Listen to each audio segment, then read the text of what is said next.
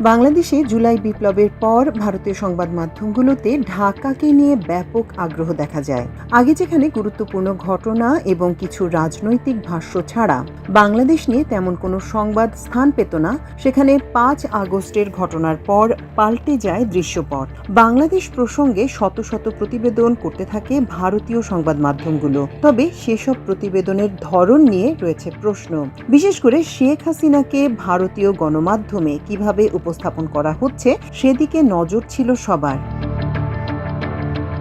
বাংলাদেশের গণ অভ্যুত্থান পরবর্তী সময়ে বিশেষ করে গত ৫ মাসে ভারতীয় সংবাদপত্রগুলো তাদের প্রতিবেদনে শেখ হাসিনাকে কিভাবে উল্লেখ করেছে তা নিয়ে সামাজিক যোগাযোগ মাধ্যম ফেসবুকে লিখেছেন নয়াদিল্লিতে বাংলাদেশ হাইকমিশনের প্রেস উইংয়ের প্রধান ফয়সাল মাহমুদ। বুধবার নিজের ভেরিফাইড ফেসবুক অ্যাকাউন্টে শেয়ার করা এক পোস্টে ফয়সাল মাহমুদ লেখেন, শেখ হাসিনাকে নিয়ে ভারতীয় সংবাদপত্রগুলোর অবস্থানে পরিবর্তন দেখা যাচ্ছে।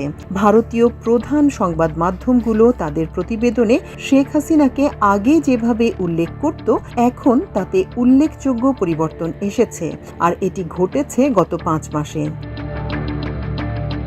ফয়সাল মাহমুদ লেখেন, ভারতীয় গণমাধ্যমগুলো প্রথমে শেখ হাসিনাকে সাবেক প্রধানমন্ত্রী বলে উল্লেখ করত। এরপর তারা অপসারিত সাবেক প্রধানমন্ত্রী বলতে শুরু করেছে। এখন শীর্ষস্থানীয় 4টি ভারতীয় সংবাদপত্র Times of India, the Hindu, the Indian express এবং হিন্দুস্তান টাইমস ধীরে ধীরে শেখ হাসিনাকে পলাতক সাবেক প্রধানমন্ত্রী শব্দ ব্যবহার শুরু করেছে। পোস্টের শেষে তিনি লেখেন, পরিবর্তনের ধারাটি খারাপ নয়। তবে গত বছর ৫ আগস্ট পরবর্তী পরিস্থিতি বেশ অন্যরকমই ছিল। একসময় ভারতীয় সংবাদ মাধ্যম শেখ হাসিনাকে সাবেক প্রধানমন্ত্রী লিখতেও ইতস্তত করত। আগস্টের পর প্রথম ২-১ মাস তাকে বাংলাদেশের প্রধানমন্ত্রী হিসেবেই অভিহিত করত তারা।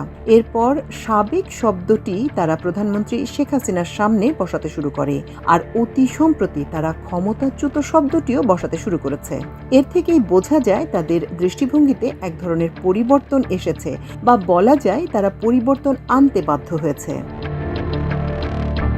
১৫.৫ বছর ক্ষমতায় থাকার পর গত বছর জুলাই আগস্টে ৩৬ দিনের ছাত্র জনতার গণ অভ্যুত্থানের পর ক্ষমতা ছাড়তে বাধ্য হন শেখ হাসিনা।